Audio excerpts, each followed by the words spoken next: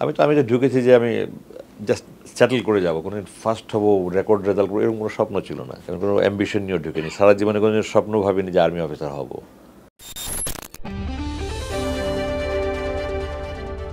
আমার সেনাবাহিনী ঢোকা নিয়ে আব্বার সাথে অনেক ইন্টারাকশন হয়েছে। আমি তো এসএসসি পাস করে নর্ডার্ন ফার্স্ট ইয়ারে পড়তে চলে গেলাম, ওখানে গিয়ে আবার ও লেভেল এ লেভেল করলাম। কিন্তু আব্বা 78 যেহেতু দেশে চলে আসলেন, এ লেভেল শেষ পরীক্ষার আগে চলে আসতে হলো। দেশে এসে আমি আবার ইন্টারমিডিয়েট দিতে হলো আমাকে, মানে আমি SSC, O level, A level, HSC. তো আমি এই জন্য একাডেমিক্যালি 3 বছর পিছিয়ে গেলাম। 74 এসএসসি, 79 এইচএসসি। তো আমি খুব ফ্রাস্ট্রেটেড হয়ে গেলাম। আমার ফ্রেন্ড দুই একজন তখন অলরেডি আর্মিতে ঢুকে অফিসার হয়ে গেছে, 76 এইচএসসি পাস করে আর্মিতে ঢুকে অফিসার হয়ে গেছে। তো আমি খুব হতাশ হয়ে গেলাম, আমি আর পড়াশোনা করবো না। তখন ঢাকায় আমি লিগে ফুটবল খেলি, ক্রিকেট খেলি। ফুটবল ফেডারেশন টিমের সাথে প্র্যাকটিস করে আমি চুক্তি সাইন করিনি। তারা চুক্তি সাইন করলে আমার ব্যাডমিন্টন আর ক্রিকেট দুইটা খেলা এফেক্টেড হয়ে যাবে, কারণ ফুটবল সকালে প্র্যাকটিস করতে হবে, বিকালে খেলতে হবে। তাহলে সকালে প্র্যাকটিস করলে আমার ক্রিকেট খেলা 10টার দিকে হবে না, বিকেলে খেলে সন্ধ্যা পরে ব্যাডমিন্টন খেলা হবে না। তো এই জন্য আমি এই তিনটার মধ্যে আমি দেখলাম যে আমার ওটা প্র্যাকটিস করি, আমি জারি রাখি, কিন্তু এই দুইটা আমি ভালোভাবে সিরিয়াসলি। কিন্তু ক্রিকেট লিগে খেলেছি, ন্যাশনালে ব্যাডমিন্টন খেলেছি। আমি বেসিক্যালি ব্যাটসম্যান, অলরাউন্ডার ছিলাম। ব্যাটসম্যান করতাম, প্রয়োজনে ফিফথ বোলার হিসাবে বোলিংও করতে পারতাম। আমি এই ওভার 50 ইয়ার্স বয়সেও আমি ক্যান্টনমেন্টে 3 ক্যান্টনমেন্টের টুর্নামেন্ট হয়েছে। আমার যখন যে বছর বরখাস্ত করলাম সেই বছর 2009, আমার বয়স তখন 50 পার হয়ে গেছে। ওখানে 3 ক্যান্টনমেন্টের খেলায় আমি সর্বোচ্চ রান নিয়েছি, সর্বোচ্চ উইকেট নিয়েছি, সর্বোচ্চ রান করেছি। অধিকাংশই 25, 26, 30 এরকম বয়স। একজন দুজন 30-এর উপরে, একজন 40-এর উপরে ছিল, বাট আমি একমাত্র 50-এর উপরে ছিলাম। খেলাধুলা অনেক ট্রফি পেয়েছে সারা জীবনে, শুধু এগুলো না, ব্যাডমিন্টন, স্নুকার, বিলিয়ার্ড, চেস। আমার আমার মনে হতো আমি আমি জীবনে আমি যত খেলাধুলা করেছি, আমার মনে হয় না পৃথিবীতে কোনো লোক এত ধরনের খেলাধুলা করেছে। আমি কোনো খেলা বাদ দিইনি, ইনডোর আউটডোর কোনো খেলা বাদ দিইনি কোনো দিন। যাই হোক, তো আমার খুব হতাশ হলো। আমার বন্ধু বান্ধব যখন দেখলাম দুজন অফিসার হয়ে গেছে, তারাই আমাকে ইন্সপায়ার করলো যে আর্মিতে। এখন তো 3 বছর ট্রেনিং, আমাদের সময় 2 বছর ট্রেনিং ছিল। 2 বছর ট্রেনিং করে ফার্স্ট ক্লাস গেজেটেড অফিসার হয়ে যাবি। আমার পাড়ার বন্ধু আছে, তার 2 ভাই আর্মিতে, সেও উৎসাহ দিল। তো আমি সিদ্ধান্ত নিলাম আর্মিতে যাবো। তো এটা অনেক লম্বা কাহিনী এটা। তো আমি প্রথমে আম্মাকে বললাম। আম্মা তো চোখ বড় বড় করে ফেললেন এবং কান্না শুরু করলেন। না, আর্মিতে আমি পছন্দ করি না। কেন? আর্মিতে গেলে মানুষ খুনি হয়ে যায়। দেখো না 71 সালে, 75 সালে দেখো না কী হয়েছে, আর মানুষ খুনি হয়ে যায়। আমাদের এগুলো তো নিজের পারিবারিক শিক্ষা থাকলে সে কেউ খুনি হবে না। না, আর্মিতে গেলে লেখাপড়া হয় না। তোমার ভাইরা সব তোমার মাথা দিচ্ছে, মাথা আল্লাহ ভালো দিচ্ছে, তুমি লেখাপড়া করবো না, তোমার ভাইরা সব বিএমএ পাস করে পিএইচডি ডিগ্রি করবে, বা ডাক্তার ইঞ্জিনিয়ার যাই হবে হবে, আর তুমি আর্মিতে গেলে যে ডিগ্রি পাস পড়া বাধ্যতামূলক, এটা আমি জানতাম না তখন। আম্মাও জানে না স্বাভাবিকত। তুমি মাত্র ইন্টারমিডিয়েট পাস করে থাকবো, এটা হবে না। তো আমি বললাম ঠিক আছে, আমি নিজের থেকে প্রাইভেটলি বিএমএ পাস পরীক্ষা দিয়ে তোমাকে কথা দিলাম। আম্মাকে কোনো অবস্থাতে রাজি করাতে পারলাম না। তখন এখানে আমাদের আব্বার চেম্বারটা ছিল, এখানে একটা টিনের ঘর, আব্বার চেম্বার ছিল, 3টা ঘর ছিল সেখানে। আমি আব্বার কাছে গেলাম। তো আব্বা লেখালেখি করছে, আমি সামনে গিয়ে বসলাম। আব্বা কথা বলবো, হ্যাঁ বলো। তো আমি আর্মিতে যেতে চাই। তো আব্বা তো চোখ মাসাল্লাহ বড়, উনি আরও চোখ বড় করে ফেললেন। হঠাৎ করে তোমার এই খেয়াল হলো কেন? তো আমি খোলাখুলি বললাম, আমার পড়াশোনা আর ভালো লাগে না। সেই 72 সালে ক্লাস 9-এ পড়েছি, এখন 79, এখনও পর্যন্ত এই সেই ফিজিক্স কেমিস্ট্রি বায়োলজি একই পড়া পড়ছি আমি। তো আমার পড়াশোনা ভালো লাগে না, আমি আর্মিতে যাই, অফিসার হয়ে যাই। তা আছে, ভালো কথা। তোমার আম্মাকে বলেছো? হ্যাঁ, আম্মাকে বলছে। আম্মা কী বলে? আম্মা কী বলেছে আমি বললাম।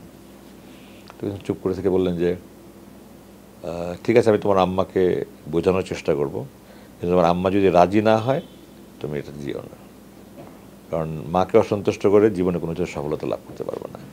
আমি তোমার আম্মাকে রাজি করানোর চেষ্টা করবো, তুমি খাবার টেবিলের সাথে ঠিক তোমার আম্মাকে। আর যদি তোমার আম্মা রাজি না হয়, আমি তো এতটুকু বলবো যে তোমাকে যেন চেষ্টা করার সুযোগ দেয়। যদি চান্স পাবা কি পাবা না, কোনো নিশ্চয়তা নেই, কারণ আর্মিতে তো অনেকগুলো স্টেজ পার হয়ে যেতে হয়। যদি তুমি চান্স পাও তাহলে তোমার আম্মাকে আমি এতটুকু রাজি করাবো যে তোমাকে অন্তত পরীক্ষা দেওয়ার সুযোগ দিবে, যদি চান্স পাও তাহলে তোমার আম্মা যদি ফাইনালি অনুমতি না দেয় তুমি যেও না, তুমি যেটাই করো আমি দোয়া করি, তোমার আম্মাকে দোয়া করবো অন্যটাতে সফলতা লাভ করবে, তুমি এটার জন্য আম্মা রাজি হলে দিও। খাবার টেবিলে বসলাম, তো একটু শুরু করার পর একটু আব্বা বললেন যে, আমার ডাক নাম আমান, আবদুল্লাহ আমান আসবে, তো আমান ডাকে, আমান তো আর্মিতে যেতে চায়। তো আম্মা শুনে আবার ওই সেম রিয়াকশন, না আর্মিতে হবে না, খুনি হয়ে যায়, লেখাপড়া হয় না। তা বললাম আচ্ছা আমি ওকে একটা প্রস্তাব করেছি, তুমি শুনো, যে আমি ওকে বলেছি তুমি ওকে চেষ্টা করার অনুমতি দাও, কিন্তু চূড়ান্তভাবে নির্বাচিত হলে তোমার অনুমতি ছাড়া সে যাবে না। তো আম্মা তো কোনোদিন আব্বার মুখের উপর কোনো কথা বলেননি। আব্বা যখন বললো আমি ওকে এর প্রস্তাবটা দিয়েছি, তুমি এটা শুনো এবং ওকে এটার যে সুযোগ দাও, আম্মা আর কিছু বললেন না। আমি ফর্ম ফিল আপ করলাম। পরীক্ষার ডেট ছিল 12ই অগস্ট 1979। 8ই অগস্ট মোহামেডান ভিক্টোরিয়ার ফুটবল খেলা ছিল। আমি পোকা ছিলাম একদম, কোনো মোহামেডানের কোনো খেলা বাদ দিতাম না। ওই খেলা দেখতে গেলাম, মোহামেডান হারলো ভিক্টোরিয়ার কাছে, এবং মানে আপনার শেষের দিকে যখন খেলা শেষ হয়ে গেল তখন মোহামেডানের সাপোর্টাররা মারামারি শুরু করলো। তো আমি আর আমার পিঠাপিঠি বড় ভাই, আমাদের পাড়ার বন্ধু 4-5 জন, আর আমরা 5-6 জন খেলা দেখতে গিয়েছিলাম। তো মারামারি শুরু হলো, তখন ছত্রভঙ্গ হয়ে গেল, টিয়ার গ্যাস এসে ছত্রভঙ্গে আমরা বাসায় চলে আসলাম। রোজার দিন ছিল, আমরা ইফতারি করলাম। ইফতারি করে নামাজ পড়লাম, আব্বার সাথে নামাজ পড়ে এসে আমরা যখন তারাবির নামাজ পড়তে যাই তখন দেখি আমাদের অন্যান্য বন্ধুরা ফিরে আসতেছে। তো তাদের কাছে শুনলাম যে, এটা 8ই অগস্টের কথা বলছি, তাদের কাছে শুনলাম মোহামেডান মানে মোহামেডানের সমর্থকরা ক্লাবে আক্রমণ করেছে। মোহামেডান ক্লাব ছিল, এখন যেখানে সুইমিং ক্লাব আছে এটা জাতীয় স্পোর্টস সেন্টার ন্যাশনাল, ওটার দক্ষিণ দিকে, ব্যাটলিংয়ের পূর্ব দিকে ওখানে ছিল। মোহামেডান ক্লাব আগুন লাগিয়েছে, লুটপাট করেছে, ভাঙচুর করেছে। তো আমার কিছু করার নেই। 12 তারিখ সকালে পরীক্ষা, 11 থেকে আমি আবার পরের দিন কোথাও কোনো ইম্পর্টেন্ট কিছু থাকলে আমি সব আমার কোন কাপড় পরে যাব, কোন টাই, জুতা, মোজা, আমার নোট বই যা যা থাকে সব রেডি করে রাতেই রেডি করে রাখি। সব রেডি করে শুয়েছি। হঠাৎ করে রাতে 12টার দিকে পুলিশ আসলো। পুলিশ এসে আব্বার সাথে প্রথমে কথা বললো, তারপর আব্বা আমাকে ডাকলেন, বলে যে আমাকে সবুজবাগ থানায় ওসি ডেকেছে। কেন বললেন জানি না, আপনাকে নিয়ে যেতে বলছে। তারপরে নিয়ে যাওয়ার পরেই আমাকে সাথে সাথে হাজতে ঢুকালো। পরে জানলাম যে আমাকে কোনো এক পুলিশ অফিসার, আব্বাকে হয়রানি, আব্বা কেবল বিদেশ থেকে আব্বা এসছেন, আওয়ামীপন্থী কোনো এক পুলিশ অফিসার আমাকে হয়রানি করানোর জন্য ওখানে আমাকে ওই মোহামেডান ক্লাব লুটপাটের ঘটনায় আমাকেও আসামি দিয়ে দিয়েছে।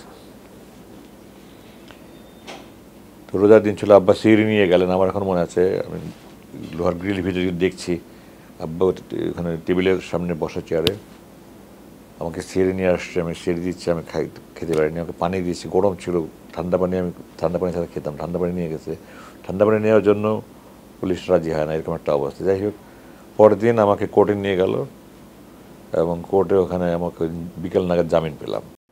ওই ভিতরে থাকা অবস্থায় আব্বা একটা চিঠি পাঠিয়েছিলেন আমাকে, ওটা এখন আছে আমার কাছে, এবং আব্বা নিজে লিখে দিচ্ছেন যে স্মৃতি হিসাবে এটাকে সংরক্ষণ করতে পারো। মানে ওখানে বলেছেন যে এই যে তোমার উপরে জুলুমটা করা হচ্ছে, তুমি এটা একটা শিক্ষা নাও যে ভবিষ্যতে কখনো কারোর উপরে জুলুম করবে না, এবং অন্য কাউকে জুলুম করতে দেখলে তুমি এটা থামানোর চেষ্টা করবে।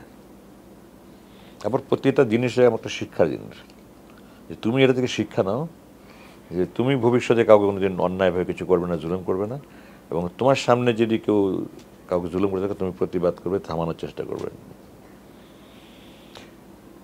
তো আমি আসলাম পরে বাসায়, আব্বা বলেন যে তোমার আম্মা তো চাচ্ছিলেন না যে তুমি আর্মিতে যাও, এই জন্য বোধহয় আল্লাহ তোমাকে পরীক্ষা হয়ে গেল সকালবেলা 12 তারিখ। আমার তো 12 তারিখ সকালে পরীক্ষা ছিল, হ্যাঁ পরীক্ষা দিতে পারলাম না। তা আব্বা বলেন যে তোমার আম্মা তো চাচ্ছিল না, তো এই জন্য বোধহয় আল্লাহ তোমাকে পরীক্ষা দিতে দিল না। তো এটা নিয়ে আর কোনো কথা হয়নি। আমার মেনা করা একদম খুব হতাশা।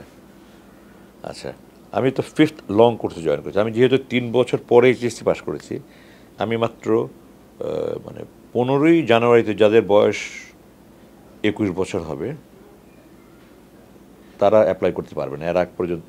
তো আমি আর জয়েন হলো 27 ডিসেম্বর। তো আমি 19 দিনের জন্য চান্স পেয়েছি, 18 থেকে 21 বছর। আর যদি 19 দিন বয়স আমার বেশি হয় তাহলে 21 বছর পুরো হয়ে গেলে আমি অ্যাপ্লাই করতে পারি না। তার মানে পরের ব্যাচে আমার অ্যাপ্লাই করার কোনো সুযোগই নাই। তো আমি খুব হতাশ হয়ে গেলাম। কয়েকদিন পরে, কতদিন পরে মনে নাই, আমার প্রতিবেশী বন্ধু যার 2 ভাই আর্মিতে আছে আমাকে খুব উৎসাহিত করেছে, হারুন না মারা গেছে, আল্লাহ তাকে বেশ নসিব করুক। তো সে আমাকে হঠাৎ করে ফোন করে বললো যে পেপারে আবার বিজ্ঞপ্তি দিয়েছে। আরে বলিস কি? তো দৌড়ে গেলাম আমার বাসায়। আমাদের বাসায় সংগ্রাম রাখতাম, আজাদ রাখা হতো, আর বোধহয় অন্য কোনো পত্রিকা রাখা হতো না। আজাদ একটা পত্রিকা চলে, দেখেছেন কিনা জানি না। তো ওদের বাসায় ইত্তেফাক রাখা হতো, এগুলো তো মোস্টলি ইত্তেফাক, এখন হয়তো প্রথম আলোতে দেয়। তো আমি গিয়ে দেখলাম, দেখে তো আমি দৌড়ায় নিয়ে আসলাম ওটা। দৌড়ে এখানে এসে আমাকে দেখালাম যে আল্লাহ চায় আমি আর্মিতে ঢুকি, এই জন্য আবার বিজ্ঞপ্তি দিয়েছে। তো আমি আমি পরে অনেকের কাছে জিজ্ঞাসা করছি, আর কোনো ব্যাচে দ্বিতীয় বিজ্ঞপ্তি দেয়নি। যাই করে তো অ্যাপ্লাই করলাম, পরীক্ষা দিলাম।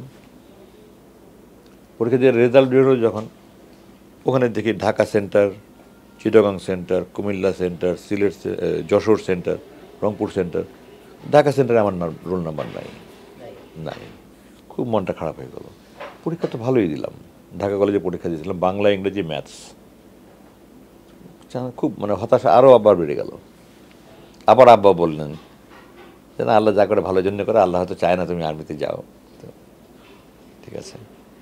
3 দিন পরে না 2 দিন পরে আমার ওই ফ্রেন্ড আবার টেলিফোন করলো, করে খাওয়ার পরে মনে আছে, তো রোল নাম্বার কত, কেন শিগগির আয়। গিয়ে দেখি তখন তো কম্পিউটারের মতো যেখানে সেখানে ইনসার্ট করা যেত না। তো ঢাকা সেন্টার, চিটাগাং সেন্টার সব লেখার পরে হয়তো তারা রিচেক করতে গিয়ে দেখেছে ঢাকা সেন্টারের একটা নম্বর বাদ পড়ে গেছে, ওই নিচে ঢাকা সেন্টার। এবং আমার ফ্রেন্ড যে কেন 3 দিন পরে বা 2 দিন পরে সে পুরোনো পেপার আবার ওটাই দেখছে এবং তার চোখে ওটা পড়লো, ইটস এ সারপ্রাইজ আমার কাছে।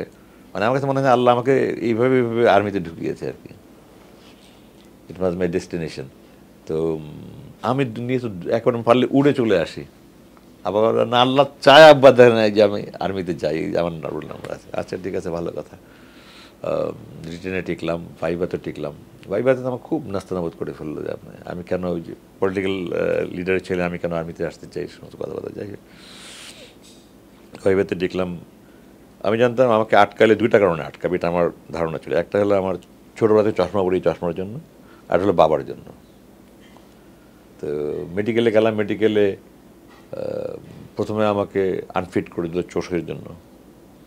তারপরে আবার বলল যে, আমি দরজাতে বেরিয়ে গেছি কিন্তু আবার ডেকে নিয়ে বললো যে তোমার টেম্পোরারি আনফিট করে দিল, যে তুমি ডাক্তার কাছে গিয়ে বলো আমি 6x6 চশমা চাই, আর্মিতে ঢুকবো, নিয়ে যদি পড়তে পারো তো পাস করে দেবো। তো ওরা নিয়ে গিয়ে পাস করে গেলাম। এরপর আইএসএসবিতে তো গিয়ে 4 দিন থাকতে হয়। ওখানে আমাদের ব্যাচে আমি একমাত্র চান্স পেয়েছি, আমরা 55 জন ছিলাম। তো আইএসএসবি থেকে আসলাম পরে তো খুব, আমিও খুব খুশি, আম্মা খুব একটা না, বাট আব্বা খুব। এরপরে এটা ছিল ডিসেম্বর মাসের, আমার জন্মদিন যেদিন সেদিন রেজাল্ট, মানে আমি আইএসএসবি সিলেক্টেড হয়ে আসলাম। আমাদেরকে চিঠি দিয়ে দেওয়া হলো 1 ফেব্রুয়ারি 1980-তে জয়েন করতে হবে। 27 অথবা 28 জানুয়ারি হঠাৎ থেকে আমার আর্মি হেডকোয়ার্টার থেকে ফোন আসলো, তোমার কাগজপত্রগুলো নিয়ে আসো। গেলাম, নিজে একটা কাগজ, 1 পেজের কাগজ রেডি করে রেখেছে, এক সেন্টেন্সের, the joining instructions issued to you is hereby cancelled. ওই চিঠিটা দিয়ে বাকি সব কাগজ নিয়ে নিল, জয়নিংয়ের জন্য যত কাগজপত্র দিয়েছিল। আমি তো ওখানে আমার অবস্থা যে আমি ওখানে হার্ট ফিল করি, এরকম একটা অবস্থা আর কি। যাই হোক, কোনো রকম কষ্ট বাসায় আসলাম, বাসায় কান্নাকাটি করলাম, আবার সান্ত্বনা দেন, আবার ওই একই কথা না। তো ধরো আল্লাহর হয়তো এইটাই শেষ ইচ্ছা। এই কয়েকবারই আল্লাহর ইচ্ছা না, এগুলো নিয়ে কথাবার্তা হয়েছে। তো তারপরে আপনার আমি এর মধ্যে ঢাকা ইউনিভার্সিটি ইংলিশে কয়েকটা দিয়ে চান্স পেয়েছিলাম, পাবলিকের, জার্নালিজম, আইআর, ইংলিশ, এগুলো সব টপ সাবজেক্টস। ইংলিশে ভর্তি হলাম। ওগুলিতে পড়লে আমার পরিশ্রম করতে হবে বেশি, পড়াশোনার প্রতি আগ্রহ নাই তখন আর। ইংলিশে যেহেতু ইংল্যান্ডে ও লেভেল করে আসছি, খুব ফ্লুয়েন্টলি ইংলিশ বলি, তো ইংরেজির সমস্যা, মানে নিজের মনের ভাব, গল্প বইয়ের মতো পড়বো আর নিজের মনের ভাব যেভাবে ইচ্ছা প্রকাশ করবো, কোনো সমস্যা নেই। তো 1 ফেব্রুয়ারি 1980-তে ওদিকে আমার একাডেমিতে জয়েন করার কথা, এদিকে আমার ইউনিভার্সিটিতে ওই দিন ক্লাস শুরু। সকালবেলা ফোন আসলো আবার আর্মি হেডকোয়ার্টার থেকে যে তুমি একটু আসতে পারবা। গেলাম, গিয়ে দেখলাম যে ওই আমার বাবার কারণে তারা লাস্ট মোমেন্ট একটু হেজিটেট করছিল নিবে কি নিবে না। 4 দিন পরে আবার আমাকে ডাকালো, তাকে আবার নতুন করে জয়েন ইনস্ট্রাকশন দিল, আমাকে আরও 4 দিন সময় দিল। আমি এই জন্য আমার ব্যাচের সবাই জয়েন করার পরে জয়েন করেছি। তারপরে আব্বাকে এসে বললাম আল্লাহ চায় আমি যাই, এত কিছুর পরে যখন আল্লাহ চায় আমি যাই। তো আব্বা হাসলেন, কথা খুব কম বলতেন। যাই হোক, যাওয়ার সময় অনেক কিছু বললেন, অনেক উপদেশ দিলেন যে তুমি এত দূর যখন এসছো অন্য মনে করবা যত কষ্টই হোক তুমি হাল ছাড়বা না কখনো। অন্য সবাই যদি পারে, এত এত অফিসার আছে সবাই যদি ট্রেনিংয়ের মধ্যে দিয়ে আসছে, যত কষ্টই হোক তুমি হতাশ হবা না, মনে জোর রাখবা। যত কষ্টই হোক নামাজ কাজা করবে না। আর যদি কোনো কারণে ট্রেনিংয়ের কাজা হয়ে যায়, যত তাড়াতাড়ি পারো মানে আসার পরে যত তাড়াতাড়ি পারো পড়ে নিবা। কারোর সাথে খারাপ ব্যবহার করবা না। মানে এগুলি একটা জীবনে কী বলবো, মানে স্বর্ণাক্ষরে লিখে রাখার মতন প্রত্যেকটা কথা। নামাজ কাজা করবা না, কারোর সাথে খারাপ ব্যবহার করবে না, যত কষ্টই হোক সবসময় আল্লাহর কাছে সাহায্য চাবা আর কষ্ট সহ্য করবে। আর অনেক কিছু বলেছেন, বাট এগুলি আমার স্পষ্ট মনে আছে আর কি। তারপরে একাডেমিতে গেলাম, যাওয়ার পরে আব্বা যে চিঠিপত্র দিয়েছেন সবগুলোই উপদেশ, প্রত্যেকটার মধ্যে অনেক শিক্ষণীয় অনেক কথা ছিল। এবং আব্বার কথা চিঠিগুলো পড়ে খুব তখন তো মোবাইল টোবাইল কিছু ছিল না, টিএনটি টেলিফোনও এরকম ছিল না, চিঠি আদান প্রদান হতো। আমি এখনও মানে ম্যাক্সিমাম চিঠি আমার সংরক্ষণে আছে এগুলি। তো তারপরে ফার্স্ট টার্মে যখন আমি যে ঢুকেছি যে আমি জাস্ট সেটেল করে যাব, কোনো ফার্স্ট হবো, রেকর্ড রেজাল্ট করবো, এরকম কোনো স্বপ্ন ছিল না, এমন কোনো অ্যাম্বিশন নিয়েও ঢুকিনি। সারা জীবনে কোনো স্বপ্ন ভাবিনি যে আর্মি অফিসার হব। তো ফার্স্ট টার্মে মিড টার্মে যখন ফার্স্ট হয়ে আসলাম, তখন আব্বা আম্মা দুজনেই খুব খুশি, এবং আব্বা খুব উৎসাহ দিলেন আমাকে, তুমি খুব ভালোভাবে শুরু করেছো, এটা ধরে রাখতে হবে, আর সবসময় আল্লাহর সাহায্য চাইবা, কোনো অবস্থায় নিরাশ হবে না। আল্লাহ কোরআনে বলেছেন লা তাকনাতু মির রাহমাতিল্লাহ, আল্লাহর সাহায্য থেকে নিরাশ হয়েও না, আল্লাহ যদি ইচ্ছা থাকে তুমি অনেক কিছু করতে পারবা। সবসময় মানে শক্তি দিতেন, সাহস দিতেন। তো তারপরে ফার্স্ট টাইমে ফাইনালেও ফার্স্ট হলাম। তারপর আব্বা বললেন, এটা মনে আছে যে একটা জিনিস অর্জন করা সহজ, এটা ধরে রাখা কঠিন, তোমাকে কিন্তু ধরে রাখতে হবে। তো আগে আরও বেশি পরিশ্রম দরকার হলে করতে হবে। যাই হোক, আলহামদুলিল্লাহ আস্তে আস্তে। জি, ওটা তো ভিন্ন প্রশ্ন হয়ে যায়, এটা ভাষায় প্রকাশ করা যাবে না আর কি। বিশেষ করে ফার্স্ট টার্মে 6টা মাস, আমি যখন ছুটিতে এসেছি 2.5 মাস 3 মাস পরে প্রথম আমি বাসায় ঢুকেছি, আম্মা চিনতে পারেনি আমাকে। আমার ইংল্যান্ড থেকে এসেছি, ফর্সা ছিলাম, কালো হয়ে গেছি, শুকিয়ে গেছে একদম, মুখ চোখা চুল তো ওই এই পর্যন্ত রেখে বাকি সব কেচে দিত একদম। সকালে সূর্যোদয়ের আগে থেকে নিয়ে শুরু হয়ে সূর্যাস্ত পর রাত্রে 10টা 11টা 12টা কোনো হিসাব নেই ফার্স্ট টার্মারদের। আর কিছু আছে আপনার ট্রেনিং করতে গিয়ে পরিশ্রম, আর কিছু কিছু আছে যেগুলো সিস্টেমের, যে আপনার আনকন্ডিশনাল লয়্যালটি, শর্তহীন আনুগত্যর জন্য ওই ট্রেনিং আওয়ারের বাইরে যেখানে ক্যাডেট লাইন থাকে, আমাদের ডরমেটরি যেগুলো থাকে, ওখানে সিনিয়রদের পানিশমেন্ট, চুন থেকে পান খসলে পানিশমেন্ট, এগুলো এবং অমানবিক সব, মানে আপনার ইটের খোয়ারের মধ্যে নিয়ে ক্রলিং করাতো, নিয়ে আপনার ডিগবাজি দেওয়া হতো, ঘোড়ার রাস্তা বলে পাশে ড্রেনের মধ্যে এই পর্যন্ত পানিতে চুবিয়ে রাখতো, দুর্গন্ধে বমি করতে করতে একজন অবস্থা কাহিল, এই চোরা কাটার মধ্যে নিয়ে ক্রলিং করাতো। হ্যাঁ, এটা হলো ফিজিক্যালি কষ্ট সহিষ্ণু বানানো। 2 নম্বর আপনার শর্তহীন আনুগত্য, খাওয়ার পরে এনে আপনার জাস্ট স্যুট টুট পরে খাবার ডাইনিং হল থেকে বের হওয়ার পরে ডাইনিং হলের বাইরে দেওয়ালে পা উপরে হাত নিচে, বমি টমি করতে করতে অস্থির, মানে এই ধরনের এগুলোর হিসাব করে শেষ করা যাবে না। আর ট্রেনিংয়ের কষ্ট তো আছেই, অনেকগুলো মোট কত 17টা 18টা সাবজেক্ট পড়তে হয় 4 বছরে, 4টা টার্মে। তো যখন ডিগ্রি পরীক্ষা, হ্যাঁ, আমাদের সাথে আমরা মোট 84 না 85 জন ছিলাম, 67 জন কমিশন হয়েছে।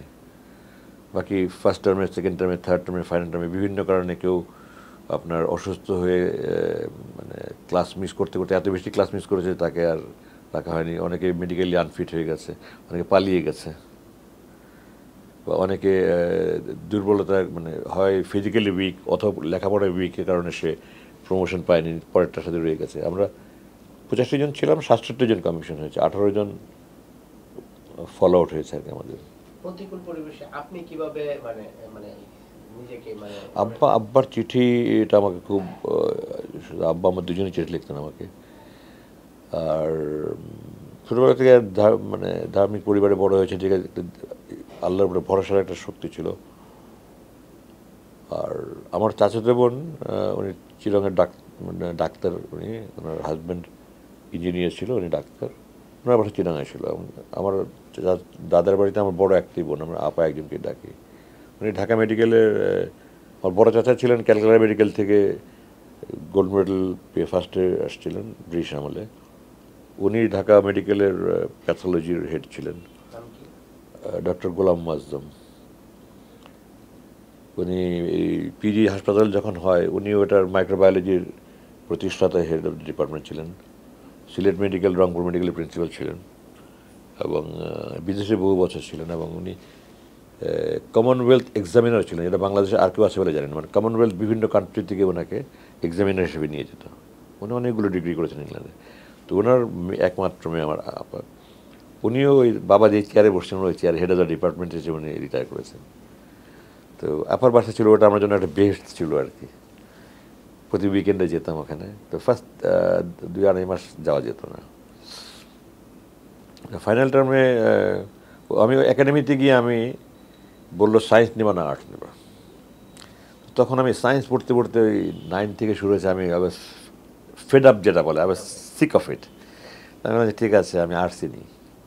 আর এটা আব্বা আমার সাথে পরামর্শ করার সুযোগ হয় না, আমি নিজে নিজে ডিসিশন নিতে হলো আমাকে। তো আমাদের সাথে এসএসসি এইচএসসিতে মেরিট লিস্টে স্ট্যান্ড করা ছিল, বাট আমার যেহেতু ইংলিশে একটা স্ট্রং বেস হয়ে গেছে, এর ফলে আমি প্রথম দিকে আলামতে ফার্স্ট হতে পেরেছি আর কি। তো কিন্তু ফার্স্ট ক্লাস মার্ক পাওয়া যায় না আর্টসে, তো ফার্স্ট ক্লাস পাওয়া ইজ ভেরি ডিফিকাল্ট। এই 58, 59 এরকম আসলাম। তো ডিগ্রি পরীক্ষার আগে আমার এখন মনে আছে, আসলাম যখন ফাইনাল টার্মে, মিড টার্মে ছুটিতে আসলাম, যাওয়ার পরপরই পরীক্ষা। তো আব্বা আমার সাথে আমি বললাম যে দোয়া করেন, ফার্স্ট হয়ে আসছি, কিন্তু ফার্স্ট ক্লাস না পেলে আমার তৃপ্তি হবে না, শুধু ফার্স্ট হলাম ফার্স্ট ক্লাস পেলাম না, এটা তো আমার ভালো লাগবে না। তো আব্বা আমার দুজনেই বললেন হ্যাঁ তুমি দোয়া করি, আমরা তার যদি দোয়া করবো। আম্মা কিছু একটা কলম দিলেন, আম্মা শেফার্স কলম ছিল, এ নিয়ে তুমি লেখা প্র্যাকটিস করবা, পেলিকেন কালি ব্যবহার করবা, তোমার পরীক্ষার রুটিন জানাবা, আমরা তখন দোয়া করবো তোমার জন্য, পরীক্ষায় এই দোয়া পড়বো, এগুলো দিতে হবে। আব্বু খুব সাহস দিলেন, দুজনে আমাকে এত ইন্সপায়ার করলেন আর কি, তুমি চেষ্টা করো, আমরা দোয়া করি, ইনশাল্লাহ তুমি পেয়ে যাবা।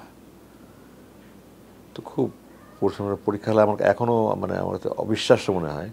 আমার মনে হয় যে আমার বাবা মা হয়তো এখানে নামাজ পড়ে তখন দোয়া করছেন আমার পরীক্ষার হলে, আমার কাছে একেবারে বই মনে আমার চোখে ভাসত। আমার কাছে এখনও বিশ্বাস হয় না, বাট আপনার ওই হাদিসটা জানেন কিনা, রাসূলুল্লাহ যখন মিরাজ থেকে ঘুরে আসলেন, তখন বলেছেন আমি বাইতুল মুকাদ্দাসে গিয়েছিলাম। বলে 1 মাসের রাস্তা তুমি 1 রাতে গিয়ে ঘুরে আসলে পাগলের কথা নাকি? তো আচ্ছা বলো যে কি পিলার কয়টা, ফ্যান কয়টা, জানালা কয়টা, দরজা কয়টা? উনি তো ওগুলি দেখতে যাননি, ওগুলি মুখস্থ করেনি। তো হাদিসে আছে যে আল্লাহ মানে বাইতুল মুকাদ্দাস মানে চোখের সামনে ভাসিয়ে দিয়েছে, উনি দেখে দেখে বলছে। আমার কাছে এক্স্যাক্টলি মনে হয় যেন আমি ওরকম দেখে দেখে পরীক্ষা দিচ্ছি। এবং আল্লাহর রহমতে আমি জানি না বাংলাদেশে এটা আছে কিনা, যে আমি আর্টস থেকে চিরাং ইউনিভার্সিটিতে কম্বাইন্ড মেরিট লিস্টে আমি ফার্স্ট হয়েছি, ফার্স্ট ক্লাস ফার্স্ট হয়েছে, এবং গোল্ড মেডেলও দিয়েছে আমাকে তারা। তো আমার কমিশনিংয়ে যে আমরা প্যারেডটা হয়, এটা আমরা পাসিং আউট প্যারেড বলি। তার কতদিন আগে মনে নেই, আমাকে একাডেমি কর্তৃপক্ষ বললো তোমার বাবা আসবেন কিনা, কারণ উনি আসলে আমাদের একটা অন্যরকম সিকিউরিটি অ্যারেঞ্জমেন্ট করতে হবে। তো আমি তখন একাডেমিতে আমি শহরে গিয়ে আমার বোনের বাসার থেকে ফোন করলাম আব্বাকে। তো আব্বা বললেন যে তোমার এরকম বড় একটা উপলক্ষে আমার থাকাটা আমার জন্য গর্বের বিষয়, তোমার জন্য আনন্দের বিষয়, কিন্তু জোশ আর হুশ ব্যালেন্স করে চলতে হয়। আমি ওখানে গেলে একটা অপ্রীতিকর পরিস্থিতি সৃষ্টির আশঙ্কা আছে। তো এরকম একটা সুন্দর পরিস্থিতিতে, এরকম সুন্দর উপলক্ষে অনুষ্ঠানে যদি কোনো অপ্রীতিকর পরিস্থিতি সৃষ্টি হয় আমার জন্য, এটা পুরো জাতির জন্য একটা ক্ষতিকর ব্যাপার হবে, তোমার জন্য সারা জীবনের জন্য একটা কষ্টের ব্যাপার হবে। তো আমার বড় ভাই এসেছিলেন ইংল্যান্ড থেকে আমার প্যারেডের জন্য, বড় ভাই ভাবি এসেছিলেন, আম্মা আরও আত্মীয় স্বজন অনেকেই গেছেন। তোমার আম্মা যাচ্ছে, বড় ভাই ভাবি যাচ্ছে, তুমি মনে কষ্ট নিও না, আমি এখান থেকে দোয়া করছি সব কিছু সুন্দরভাবে হোক। তো আবার যেতে পারেননি, আব্বা যেতে পারেন না, আবার যাননি আর কি। এবং আমি মনে করি এটা এরকম এত এত একটা প্রজ্ঞা প্রসূত সিদ্ধান্ত হয়েছে, যে কোনো একজন একটা কটু কথা বললেই তো পুরো জিনিসটা নষ্ট হয়ে যাবে। এবং আমার সোর্ড পাওয়া নিয়ে, এই যে সোর্ডটা দেখতে পাচ্ছেন আপনারা, মানে সোর্ড পাওয়া নিয়ে, মানে আমি পরিবারের সন্তান, অনেক উচ্চবাচ্য করেছে। তো একাডেমির হেড যিনি ছিলেন উনি বলেছেন যে আমার বাবার নাম নিয়ে অনেক উচ্চবাচ্য করেছে। আমাদেরকে তো আর্মি বলে নাই তার বাবাকে অ্যাসেস করতে, আমাদের একে দিয়েছে মূল্যায়ন করতে। আর্মি যদি তাকে না নিতে চেত তাহলে তো আর্মি তাকে পাঠাতো না, আর্মি তাকে নিতে চেয়েছে, আমাদেরকে দেওয়া হয়েছে তাকে মূল্যায়ন করতে। তো আমরা তাকে মূল্যায়ন করেছি। এখন তার বাবা এখানে আসবে কেন?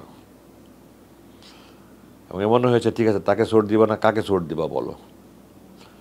তো আল্লাহর মধ্যে সেকেন্ডের সাথে আমার ডিফারেন্স এত বেশি ছিল, তখন আর কেউ মুখ খুলতে পারেনি। দেখো আমার তো একাডেমিতে তখন 5টা অ্যাওয়ার্ড দিত। এটা হলো সোর্ড অফ অনার, যেটা ডিগ্রি পরীক্ষা চিটাগাং ইউনিভার্সিটির ডিগ্রি পরীক্ষা যে কম্বাইন্ড মেরিট লিস্টে ফার্স্ট হয় তাকে গোল্ড মেডেল দেওয়া হতো। এরপরে এই 2 বছরের রণকৌশলের নৈপুণ্য প্রদর্শন যে সবচেয়ে সেরা তাকে দিত একটা প্ল্যাক দিত। ফিজিক্যাল ট্রেনিংয়ের জন্য সবচেয়ে ভালো তাকে একটা দিত, আর ওয়েপন ট্রেনিংয়ের জন্য যে ভালো করে সে। তো আমি আল্লাহর মধ্যে টপ 3টা পেয়েছি, এবং আমি মনে করি এগুলি সব বাবা মার দোয়া আর আল্লাহর দয়া। চেষ্টা তো সবাই করে। আমাদের সাথে এসএসসি এইচএসসি স্ট্যান্ড করা ছেলে ডিগ্রি পড়েছে আমার সাথে, তো সে ফার্স্ট ক্লাসও পায়নি। আমার সোর্ড, গোল্ড মেডেল এবং ট্যাকটিক্স প্লে। আর ওয়েপন ট্রেনিংয়েরটাও ওটা আমি কমপ্লিট করেছি, বাট মানে চশমার কারণে ফায়ারিংয়ে আমার, শুটিংয়ে আমার অসুবিধা হয়েছে। এই জায়গাটা ডাবল ইমেজ দেখা যায় এই ফ্রেমটার জন্য। এখন তো ফ্রেমলেস পাওয়া যায়, তখন ফ্রেমলেস পাওয়া যায় না, ফ্রেম তো মোটা ফ্রেম চোখে কি আপনার ছোটোবেলা থেকে। হ্যাঁ, আমি 67, 66 ওরকম ক্লাস 4 থেকে চশমা পড়ি আমি। আমি মানে ফার্স্ট অবস্থানে ছিলাম, বাট ফায়ারিংয়ে একটু খারাপ করে সেকেন্ড হয়ে গেছি। আর ফিজিক্যাল ট্রেনিংয়ে আমি, আমাদের সাথে বডি বিল্ডার ছিল আমাদের ব্যাচমেট, সে ওটা পেয়েছে। তো কমিশন পেয়ে যখন আসলাম, আব্বা তো খুব আনন্দিত। তো আমার 10 দিন ছুটি ছিল, 10 দিন পরে যখন জয়েন করতে যাবো ইউনিটে, আমি ঢাকায়, একাডেমির আর্মির নিয়ম হলো ফার্স্ট সেকেন্ড থার্ড যারা হয় তারা যেখানে যেই ব্যাটালিয়নে যেতে চায় যেতে পারে, বাকিটা আর্মি হেডকোয়ার্টার প্ল্যানিং করে যাকে যেখানে দেওয়ার দেয়। তো আমি ফার্স্ট চয়েস দিয়েছি ঢাকাতেই, 7 ইস্ট বেঙ্গল রেজিমেন্ট। তো যেদিন যাবো সেদিন সকালে বললাম যে আব্বা আমি আজকে যাব। তো ঠিক আছে, কখন যাবো? বিকালে আসরে পরে যাবো, যাবার আগে আমার সাথে 10 মিনিট সময় দিবে। ঠিক আছে। তুমি রেডি হয়ে মালটল গাড়িতে উঠে, আব্বার চেম্বারটা ছিল এইখানটার সামনে গিয়ে বসলাম। তো আব্বা বললো কতগুলি জিনিস মনে রাখবে, তোমাকে যে সমস্ত কথা আমি একাডেমিতে জয়েনিং করার সময় বলেছিলাম ওগুলো মনে রাখবে। 1 নম্বর, নামাজ কাজা করবে না, খারাপ ব্যবহার করবে না, সবার সাথে ভালো ব্যবহার করবে। 3 নম্বর, যে যত কষ্টই হোক কত হতাশ হবে না, নিরাশ হবে না, আল্লাহর কাছে ভরসা করবে, আল্লাহর কাছে সাহায্য চাইবে। তোমাকে আরও কিছু, এটাকে মনে রাখবে, আরও কিছু কথা বলছি। 1 নম্বর, তুমি এখন অফিসার হয়েছো, সৈনিকদের সাথে কোনোদিন খারাপ ব্যবহার করবে না। কারণ হাদিসে আছে সৈনিকদের সাথে দুর্ব্যবহারকারী কোনোদিন জান্নাতে যাবে না, অধীনস্থদের সাথে দুর্ব্যবহারকারী জান্নাতে যাবে না। তো অধীনস্থদের সাথে কোনোদিন খারাপ ব্যবহার করবে না, সিনিয়র যে আদেশ দেয় সেটা পালন করার চেষ্টা করবে, এবং নিজেকে একজন পেশাগতভাবে দক্ষ অফিসার হিসেবে গড়ে তোলার জন্য চেষ্টা করবে। তোমাকে যে দায়িত্ব দেওয়া হয় সেই দায়িত্ব তোমার সাধ্যমতো মনে রাখবা। তুমি যদি তোমার সাধ্যমতো চেষ্টা না করো, তোমার বেতন হালাল হবে না, আল্লাহর কাছে আল্লাহকে সন্তুষ্ট করতে পারবে না। আল্লাহকে সন্তুষ্ট না করলে কোনোদিন বেহেশত পেতে পারবে না। আল্লাহকে সন্তুষ্ট করতে হলে তোমার বিদ্যা, বুদ্ধি, মেধা, শ্রম দিয়ে যে কোনো দায়িত্ব পালন করো, এটা একদম সর্বাত্মক চেষ্টা করতে হবে তোমাকে। কেউ দেখুক না দেখুক, শুনুক না শুনুক, জানুক না জানুক, তোমার যেটা করণীয় সেটা করো তুমি। এগুলো, এই কথাগুলো সারা জীবন যে আমার কত কাজে দিয়েছে, যে আমাকে কেউ দেখুক না দেখুক, জানুক না জানুক, শুনুক না শুনুক, এটা আমার দায়িত্ব। আমি এটা আমার বিদ্যা, বুদ্ধি, মেধা, শ্রম দিয়ে সর্বাত্মক ভালো করার চেষ্টা করব। মানে এটা আমি মনে করি এর চেয়ে বড় ভালো উপদেশ একটা কর্মজীবনে প্রবেশ করছি কোনো ব্যক্তির জন্য হতে পারে না। আমার যখন 3.5 মাস 2.5 মাসের উপরে চাকরি, তখন মার্শাল ল হলো এরশাদে 24শে মার্চ। আমি ডিসেম্বরে কমিশন হলাম 81-এর। 10 দিন ছুটি কাটিয়ে জানুয়ারিতে জয়েন করলাম, 5ই জানুয়ারি জয়েন করলাম। ও ইন্টারেস্টিংলি আমার date of commission is my date of birth. আমার 27শে ডিসেম্বর আমার ডেট অফ কমিশন। 24শে মার্চ মার্শাল ল দিল এরশাদ। তো আমি তখন ঢাকায় 7 ইস্ট বেঙ্গল রেজিমেন্টে, আমাদের ব্যাটালিয়ান প্রথম মুভ করলো। আমাদের দায়িত্ব ছিল রেডিও, টেলিভিশন আর এই সরজুদ্দিন পুলিশ কন্ট্রোল রুম, ঢাকা ক্লাবের উল্টা দিকে। তো আমি 2-2.5 মাস চাকরি। তো অধিনায়ক আমাকে ওনার সাথে রাখলেন। আমাদের যে অধিনায়ক ছিলেন লেফটেন্যান্ট কর্নেল সানোয়ার হুদা, পরে ব্রিগেডিয়ার জেনারেল হিসেবে রিটায়ার করেছেন। আর উপ অধিনায়ককে দিয়ে একটা দল টেলিভিশনে পাঠালেন। এরপরে যে সিনিয়র মোস্ট মেজর ছিল ওনাকে দিয়ে একটা দল পুলিশ কন্ট্রোল রুমে পাঠালেন। তো আমরা 3টা একসাথে মুভ করলাম। রেডিও স্টেশনে আসলাম। রেডিও স্টেশনে আসার পরে তো রেডিওতে আমাদের আগে থেকে 81-এর মে মাসে প্রেসিডেন্ট জিয়া কেলিংয়ের পরে রেডিও স্টেশনে আমাদের লোক ছিল, আমাদের ব্যাটালিয়নের লোক ছিল। যাই হোক, আমরা স্মুথলি চলে গেলাম। পরদিন সকালবেলা মার্শাল ঘোষণা হয়ে গেল। তো তারপরে আনুমানিক 10টা-11টার দিকে আমি বললাম, আমার বসের অনুমতি নিলাম যে স্যার আমি একটু বাবা মাকে জানি, কারণ মার্শাল হয়ে গেছে জানছে আমি কোথায় আছি, কেমন আছি, ওনারা পেরেশান হয়ে যাবে। আমি একটু জাস্ট আমি ভালো আছি একটু খবর দিতে চাই। ঠিক আছে। ফোন করলাম, আম্মা ধরলেন। আমি ওকে বললাম যে আমি কোথায়, তুমি বললাম রেডিও স্টেশন শাহবাগে। তখন রেডিও শেরেবাংলা নগরে ছিল না, ওটা যখন শিফট হয় আমি তখন সিকিউরিটি ইনচার্জ ছিলাম। আমি আমার সিকিউরিটি লোক নিয়ে ওখানে কোথায় কোথায় পোস্ট হবে সব দেখানোর পরে হলো পরে আমরা শিফট করলাম এর দিকে। ওটা হয়েছে সম্ভবত মে-জুন 83 দিকে। যাই হোক, তো ওখান থেকে আমি ফোন করলাম, পরে আম্মা কথা বললো। তারপরে দেখলাম যে আব্বার গলার আওয়াজ পেলাম। তো বুঝলাম যে আব্বা আম্মাকে বললেন যে তোমার কথা হলে আমাকে দিয়ে আমি কথা বলবো। তো আমাকে কথা শেষ করে বললেন তোমার আব্বা কথা বলবেন, তোমার যা যা বলেছিলাম মনে আছে তো? হ্যাঁ। এখন আরও কিছু কথা শোনো। এখন তুমি বেসামরিক অঙ্গনে এসছো, মনে রাখবো এরা তোমাদের কর্মচারী নয়। সুতরাং তুমি তোমার অধীনস্থকে তুমি করে বললেও এখানে পিয়ন দারোয়ানদেরকে যদি তাদের বসটা তুমি করে, সে তোমার অধীনস্থ, তুমি তাকে তুমি বলবা না। যত নিম্ন পদেরই হোক তাকে তুমি আপনি করে বলবা, 1 নম্বর। 2 নম্বর, এখানে সবাইকে যারা যা সম্মান দিবা। তোমার আর্মির আছে, দাপটে আছে, ক্ষমতা আছে দেখে কেউ অসম্মানই করবে না। আপনি কি পোস্টে ছিলেন? আমি একদম সেকেন্ড লেফটেন্যান্ট। আমার মানে কর্মপরিসর খুব সীমিত, কিন্তু সিভিলের সাথে ডিল করতে হবে। তো তুমি পিয়ন হোক দারোয়ান হোক সবাইকে সম্মান দিয়ে কথা বলবা। সম্মান দিয়ে কথা বললে তোমার সম্মান বাড়বে, কমবে না কোনোদিন। এবং আমি সারা জীবন দেখেছি এই দারোয়ান পিয়ন এই সমস্ত লেভেলে। আমি সিনিয়র যখন হয়েছি, আমি ব্রিগেড কমান্ডার হয়েছি দিনাজপুর, ঠাকুরগাঁও, জামালপুর, শেরবাংলা জেলার ইনচার্জ ছিলাম 111-এর পরে। ওই দারোয়ান পিয়ন তাদেরকে যে আপনি করে কথা বললে তারা যে কত সম্মান করে,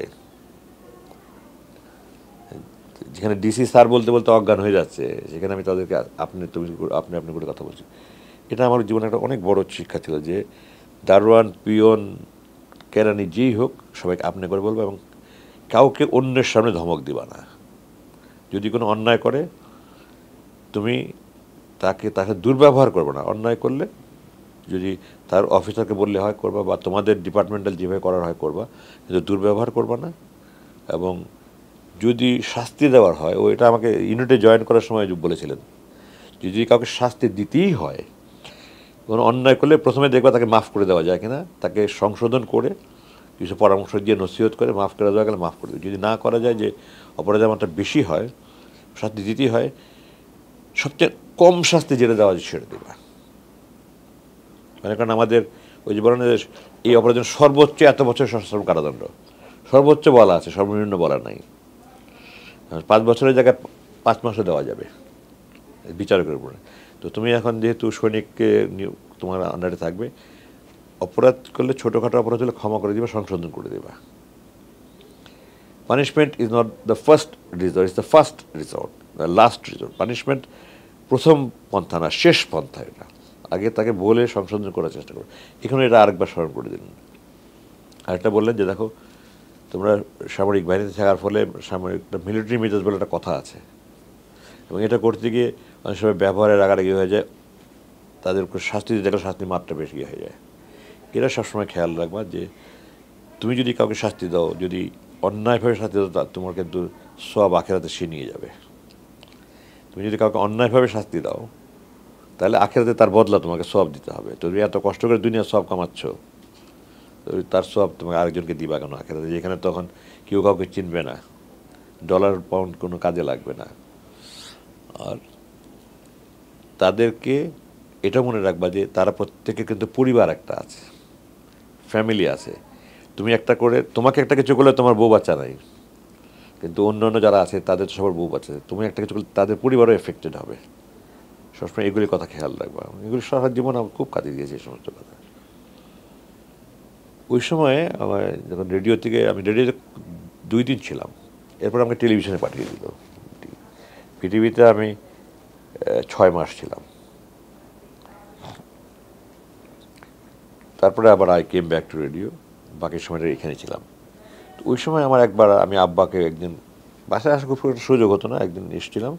তো আব্বাকে বললাম, আব্বা ওই 79-এ আমাকে যে পুলিশ অফিসার আমাকে বিরুদ্ধে মামলা করে আমাকে সাথে, আমি তাকে একটু দেখে নিতে চাই, কি করবা? আমি বললাম আমি প্রতিশোধ নেব। আমার ইয়াং সেকেন্ড লেফটেন্যান্ট রক্ত গরম মার্শাল হয়েছে, আর আমার তো ওটা খুব কষ্ট যে আমাকে এরকমভাবে ভোগান্তি। তো আমাদের সময় ফর্মেট লেখা থাকতো, আপনি কি কখনো কোনো ফৌজদারি আদালতে দণ্ডপ্রাপ্ত হয়েছেন? তো আমি তো অভিযুক্ত হয়েছি, দণ্ডপ্রাপ্ত হইনি, আমি না লিখেছি। এখন কিন্তু ফর্মে ফিল আপ করতে অভিযুক্ত হয়েছেন, তো ওটা হলে আমি ঢুকতে পারতাম না। যাই হোক, তো আমি কি প্রতিশোধ নিবা? আমি বললাম কোন র্যাঙ্কের অফিসার আগে দেখি, কি এসি দেখে নিই, তারপরে আচ্ছা তাহলে তুমি কি করতে চাও? আমি বললাম তাকে হয় নিয়ে কন্ট্রোল রুমে আটকে রেখে দেবো অনেকদিন। তো তুমি তো ছিলা মাত্র 16-17 ঘন্টা, তাকে তুমি অনেকদিন আটকে রাখবা। তো সে তো হাদিসে আছে, কেউ তোমার উপর জুলুম করলে তুমি প্রতিশোধ নিতে পারো, যতটুকু ততটুকু, এর বেশি করতে পারবো না। কিন্তু বেশি করলে কিন্তু আবার তুমি তাকে জুলুমের পর্যায়ে পড়ে যাবে, তোমাকে আখেরাতে দিতে হবে তোমাকে। তো তোমাকে যদি 16 ঘন্টা তুমি ভুগে থাকো, 16 ঘন্টা বেশি তাকে শাস্তি দিতে পারবো না, 1 নম্বর। তুমি তখন ব্যাচেলার ছিলা, তোমার বাবা মা দুশ্চিন্তাগ্রস্ত হয়েছে, তোমার স্ত্রী সন্তান ছিল না। এই পুলিশ অফিসার স্ত্রী সন্তানরা আছে, তারা তো তোমার সাথে কোনো অপরাধ করে নেই। তো তুমি যদি তাকে শাস্তি দাও, তাহলে তো এই স্ত্রীর সন্তানরাও সাফারার হবে। এটার জন্য তোমাকে আল্লাহকে জবাব দিতে হবে। মানে এত প্র্যাকটিক্যালি কোনোদিন আমাদের কোনো চাপিয়ে দিতেন না উনি, কোনো দিন বলতেন না না এটা করতে হবে, এটা কিছু। আমি বলতে অনেক বড় চুল রেখেছিলাম, তো আমার বাবা আমাদেরকে, আমার মা তো নাই, বাবাও না কোনো দিনে, ওই কেন বড় চুল রেখেছ, বড় চুল রাখা আমাদের স্বাস্থ্যের জন্য কি ভালো? বাবা সবাই রাখে, শখ করে রাখছে। তো যতটুকু রাখলে সুন্দর দেখা, যতটুকু রাখো পরিপাটি করে রাখো। তো কোনো দিন আমাদের কোনো চাপিয়ে দেননি কে কী লাইনে পড়াশোনা করবো, কে কী পেশা করবো, সব কিছু সুন্দরভাবে বুঝিয়ে দিতেন। তো ওইটা যখন আব্বা বললেন, তো আমি চিন্তা করলাম তো কী করা যায়। কিন্তু আমার তখনও আমার মনের মধ্যে রাগ। আমি আব্বা কাজ করি তাকে, আমি তাকে ওই সুন্দরবনে পোস্টিং করে দিই। তো বলে তুমি তো 16 ঘন্টা ওখানে ছিলা, তারপরে তুমি আবার বাবা আমাদের কাছে ফিরে এসছো। তো সে সুন্দরবনে গেলে সে কতদিন পর তার স্ত্রী সন্তান তাকে পাবে? এটাতে তারও কষ্ট হবে, স্ত্রী সন্তানের কষ্ট হবে। তোমার কষ্ট যেটা, সে কষ্ট বেশি না, এটা কষ্ট বেশি। তোমার বিয়ে করণের সন্তান হলে তুমি জানো না স্ত্রী সন্তানের জন্য কী অনুভূতি হয়। এই কষ্ট কিন্তু তোমাকে যে কষ্ট দিয়ে তার চেয়ে অনেক বেশি হয়ে যাবে। আমি বললাম কী করবো বলেন, কিন্তু আমি ছাড়তে চাই না। আব্বা বললেন যে যদি পারো তাকে একদম ক্ষমাই করে দাও। আল্লাহ কোরআনে বলেছে আল্লাহ ক্ষমাকারীকে ভালোবাসে। যদি পারো তাহলে ক্ষমাই করে দাও। যদি ক্ষমা করতে না পারো, দুনিয়াতে কিছু করো না, কারণ আখেরাতে তখন ওই সময় তোমার ওখানকার কারেন্সি অনেক বেশি দরকার হবে। ওখানকার সব তোমার ওইটা কেনা যাবে না। ওগুলো তোমার কথা যে জুলুম করেছে, তুমি যে দুনিয়াতে প্রতিশোধ না নাও, আখেরাতে এটা অনেক বড় বদলা পাবা। এরকম শিক্ষা কয়জন বাবা কয়জন সন্তানকে দেয়, আই ডোন্ট নো। প্রত্যেকটা জিনিস সারা জীবনের জন্য। জি, আমি কিচ্ছু করিনি আর, না মাফ করিনি, আমি মাফ করিনি, মাফ করিনি। কারণ ওই দিন আমার মার চোখে যে পানি দিয়েছে আমার বন্দি করার, আটক করার কারণে, আমার মায়ের কষ্ট, আমার মা ছিলেন আমার জীবনের বেস্ট ফ্রেন্ড ছিল। এই আমি বন্দি থাকলাম, আমাকে যখন নিয়ে গেল, আমার বাবা 14 অক্টোবর ইন্তেকাল করলেন, আমাকে 16 আগস্ট নিয়ে গেল। এই 22 মাস আমি আমার মাকে লোকমা খাইয়ে দিতাম, হাত পা টিপে দিতাম, তেল মালিশ করতাম, মাথা ওষুধ খাওয়াতাম, প্রেশার মাপতাম। আর আমার 5 ভাই তো ইংল্যান্ডে ছিল, 5 ভাইকে আসতে দেয় না সরকার। আমি অন্ধের লাটে ছিলাম, আর ভিতরে থাকলাম। আমি জানতেও পারলাম না আমার মা মারা গেল। সেনাপ্রধান আমাকে কয়েকবারই রিকোয়েস্ট করেছে, নিজে তার অফিসে হাত জোর করে রিকোয়েস্ট করেছে, স্যার আপনি এই ডিজিএফআই জেনারেলগুলোকে মাফ করে দেন স্যার। তো আমি বললাম যে আমার মাকে যদি জীবিত পেতাম আমি বিবেচনা করতাম, তুমি আমার মাকে এনে দাও, আমি মার হারানোর ভুল দুঃখ আমি বলতে পারবো না। ওই অফিসারকে কি আমি আর তার নামও খুঁজে বের করিনি। ও আচ্ছা আচ্ছা, মানে আব্বার সাথে তো প্রথমে বলে আব্বা আমি খুঁজে বের করে তাকে শাস্তি দিতে চাই, খাবার টেবিলে এই কথা শেষ হয়ে গেল ওখানে। আমি তার নামও খুঁজে বের করতে জানি যে আবার কোনো দিন যদি মাথার মধ্যে পোকা ওঠে আবার হয়তো কিছু শাস্তি দেবো না, ঠিক আছে। তো এটা সারা জীবনে আমি অনেক জায়গায় দেখেছি যে আমার সাথে জুলুম করেছে সিনিয়র, আমাকে অন্যায় আচরণ করেছে, কিছু আমার তো প্রতিশোধ নেওয়ার কোনো সুযোগই নেই। কিন্তু অন্তর থেকে যদি মাফ করে দিই, দেখা যায় যে সেই আমার কাছে নত হয়ে আসছে, আমার সিনেমাকে পানিশমেন্ট দিয়েছে, আমার আন্ডারে পরে চাকরি করেছে, আমার অনেক সুযোগ ছিল, প্রমোশন হয় নাই, সেই লেফটেন্যান্ট কর্নেলের প্রমোশন হয় না, আমি ব্রিগেডিয়ার, আমার আন্ডারে চাকরি করেছে। আমার তো অনেক মানে আর্মিতে সিনিয়র জুনিয়রকে যদি শাস্তি দিতে চাই এটা কোনো ব্যাপারই না। আপনার ওই বোতাম একটা যদি ঠিকমতো লাগানো না থাকে এটার জন্য তাকে ধরা যাবে, বুট ঠিকমতো পালিশ না করলে ধরা যাবে, বেল্ট লুজ হলে ধরা যাবে। এই সব আর্মিতে মানে ইচ্ছা করলে সিনিয়র জুনিয়রকে ধরতে পারে কথায় কথায়। আমি বরং আগের চেয়ে আরও বেশি সম্মান করেছি, সেই জন্য একবারও মনে না হয় যে আমি তার সাথে এমন কোনো আচরণ করছি যে ওইটার প্রতিশোধ নিচ্ছি। আমি তার আগের চেয়ে আরও বেশি সম্মান করতাম। সে চেয়ারে অফিসে এলে আমি লাফ দিয়ে দাঁড়িয়ে যেতাম এবং ওনাকে বলতাম, আমি স্যার বলেই বলতাম, আমি ব্রিগেডিয়ার জেনারেল, উনি লেফটেন্যান্ট কর্নেল, স্যার বলেই বলতাম। এবং বলতাম যে সাধারণত আমি কমান্ডার হলে আমার অফিসার যারা আমার সাবঅর্ডিনেট তারা আমার অফিসে কোনো কাজে আসবে, তা আমি বলতাম যে আপনার আসার দরকার নেই স্যার, আপনি ইন্টারকম করবেন, ওর আপনি আমাকে বলবেন কাজ ছিল কথা ছিল, আমি আসবো আপনার এখানে। এবং দেখতো অন্যরা দেখতো এটা যে আমি I walk down to his office and I discuss. আমি গেলে উনি আমার র্যাঙ্ককে সম্মান করে he use to stand up. আমি বলতাম স্যার প্লিজ বসেন স্যার। অনেকের কাছে শুনেছি যে সে এটা যে খুব আবেগ আপ্লুত হয়ে সে বলেছে যে আজমি আমার সাথে এরকম করেছে আমি কল্পনাও করতে পারিনি, আমি এর সাথে একবার এরকম করেছিলাম অথচ সে আমাকে এই করেছে এই করেছে। তো আল্লাহর মধ্যে বাবার শিক্ষাগুলো সারা জীবন আমাকে এখন মনে করেন আপনি জরিপ করে দেখেন সেনাবাহিনী আমাকে আমার অফিসার একেবারে জান দিয়ে ভালোবাসে। আমাদের সেনাবাহিনীর সম্পর্কে তো আপনি যে কোনো বাহিনীর সম্পর্কে কিন্তু আবেগী সম্পর্ক হওয়ার কোনো সুযোগ নাই, কিন্তু আমার অফিসার আমার সৈনিকরা আমার জন্য চোখের পানি ফেলেছে। কারণ এই বাবা মার শিক্ষা যেটা পেয়েছি, বিশেষ করে বাবা তো রাজনীতি নিয়ে দল নিয়ে বেশি ব্যস্ত রেখেছে, তারপরেও সারা জীবনে বাবা মার যে শিক্ষা আর বাবার যেই মূল্যবান উপদেশগুলো, এগুলো আমার মানে সারা জীবনের সম্পদ। এবং এগুলোর উপর পুঁজি করে আমি যেভাবে নিজের জীবন পরিচালনা করেছি, তাতে করে আল্লাহ আমার কাছ থেকে এই অবস্থানে নিয়ে এসেছেন।